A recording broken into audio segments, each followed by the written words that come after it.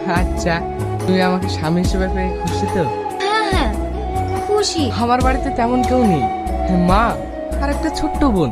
তো তোমার সঙ্গে একটু দুষ্টুমি করো, তুমি কিছু মনে করো না। হ্যাঁ না না ঠিক আছে আরে পল্লব, জানালাটা মারা হয়নি গো। ঠিক আছে, আমি মেরে দিচ্ছি।